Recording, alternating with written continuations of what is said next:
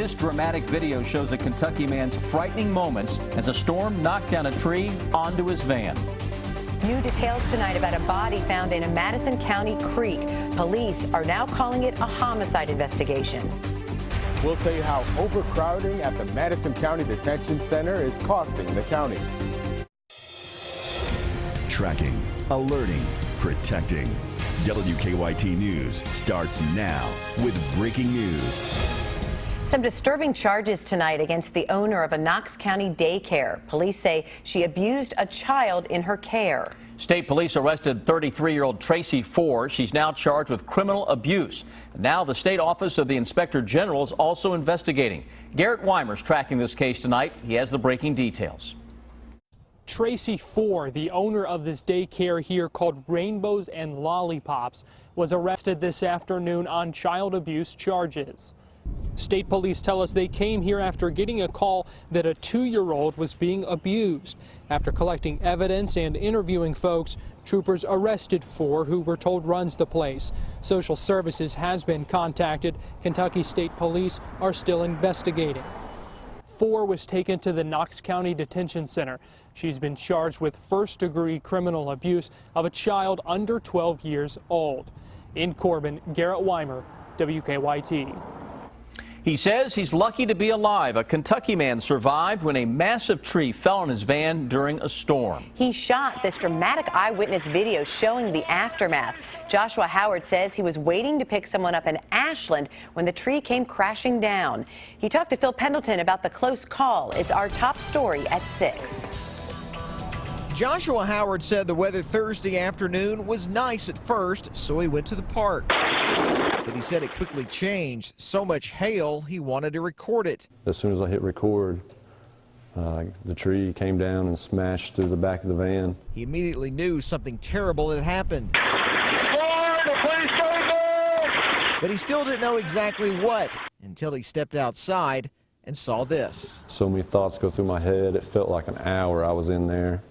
I was scared. Howard drives the van for his church's jail ministry recovery program. The Lord has blessed me and completely turned my life around. I mean, a year ago I was a completely different person. Not that he needed any more convincing, but Howard tells me that he now knows that the new calling on his life is one that he's going to follow to a T. I mean, I know he does. I mean, it's opened my eyes and it's proved to me that I have a bigger purpose than what I already had. It tells you going forward in life. New Destiny's pastor says the near tragedy is an eye-opener for everyone in the program. Well, definitely for my guys that are here to realize the brevity of life, that none of us are promised tomorrow. Definitely. I mean, it opened my eyes. Like, for Howard, he's glad the only changes he's seen been for the better.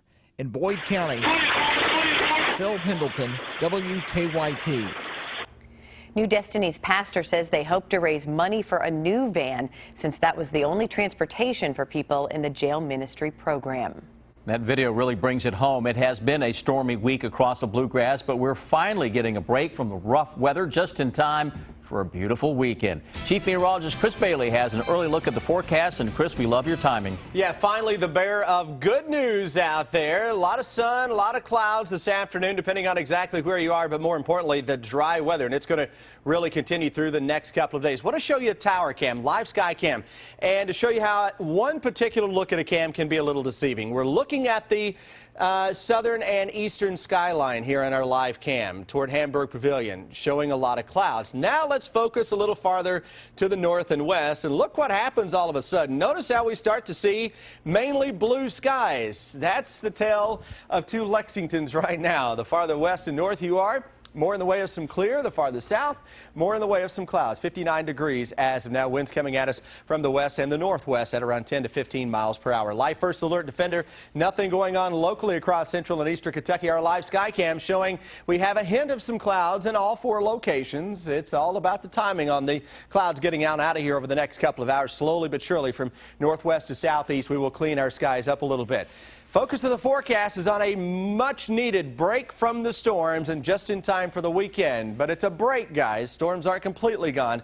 I'm tracking a stormy week ahead. Wouldn't you know it? Coming up in a few minutes. We have new information tonight about a man found dead in a Madison County creek. After an autopsy today, state police said the victim was 29-year-old Francisco Martinez Castillo of Richmond. They're now investigating his death as a homicide. Police say Martinez Castillo was last seen alive March 20th. He was reported missing the next day. Police say kayakers found his body Wednesday night in Silver Creek near Richmond.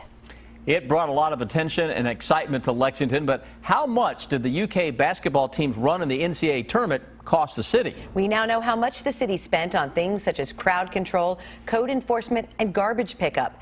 As Victor Puente tells us, the price tag is actually less compared to recent years. State Street looks a lot cleaner now than it did when thousands of basketball fans were gathering in the middle of it. The cost of that cleanup is just one of the reasons. Those 3 games cost the city more than $75,000. That number includes more than $48,000 for Lexington police. They had their hands full with crowds that sometimes got out of hand. Despite all the officers near State Street and South Limestone, they insist the rest of the city is still being policed as normal. We don't sacrifice any service to the public to provide an atmosphere for people to celebrate. More than $10,000 was spent on firefighters who had to stay on top of several small fires. Thousands more went to code enforcement, waste management, and 911. Streets and Roads spent $6,700. They tell me that was for street sweeping and garbage pickup. Another $4,800 went to corrections, who had to handle 69 arrests during those games. Altogether, the city spent $75,587.48. That number's significantly less than what was used last year. Of course, we had an additional game. In 2014, Lexington spent $150,000 on 4 games. Jones says these costs are factored into the city's budget, which will be $324 million in 2016.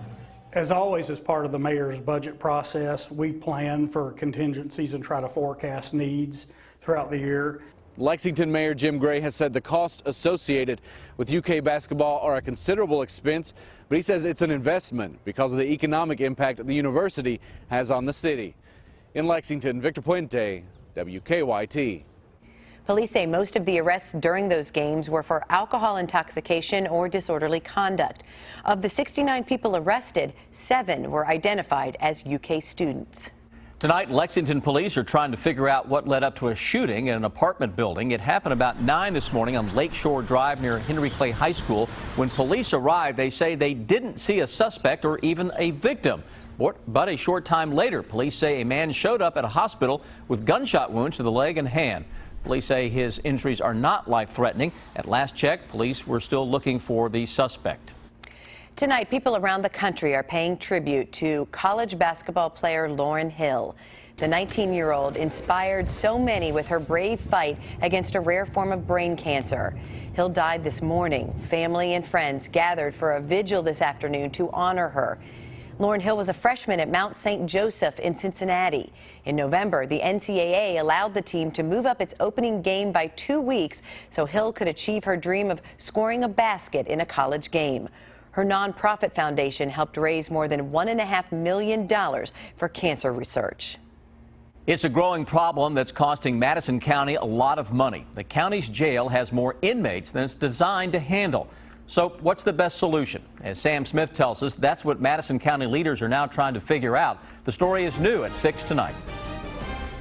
The Madison County Detention Center is overcrowded. It's a problem that officials have managed for years, but continues to get worse. Well, we're seeing a high crime rate due to a lot of the drugs problems that we have in Madison County. Judge Executive Reagan Taylor says the jail has 195 beds, and they have more than 260 inmates now.